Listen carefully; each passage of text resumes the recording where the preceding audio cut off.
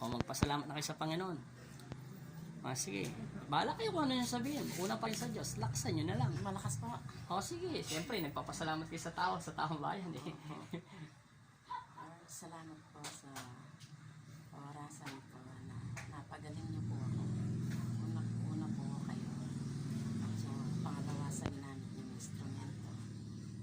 Maraming salamat po. Tawad po, Lord, kung ano man po yung mga pagkakamali at pagkakasala na nagawa po namin na po. Patawaran po po kami. Maraming salamat po sa mga biyayang pinagkakaloob niyo sa amin sa araw-araw. Iligtas mo po kami kung ano man po yung aming daraanan. Kayo po ang ingat sa amin. Lord, ito po ang hiling at pasasalamat namin sa pangalan ni Jesus.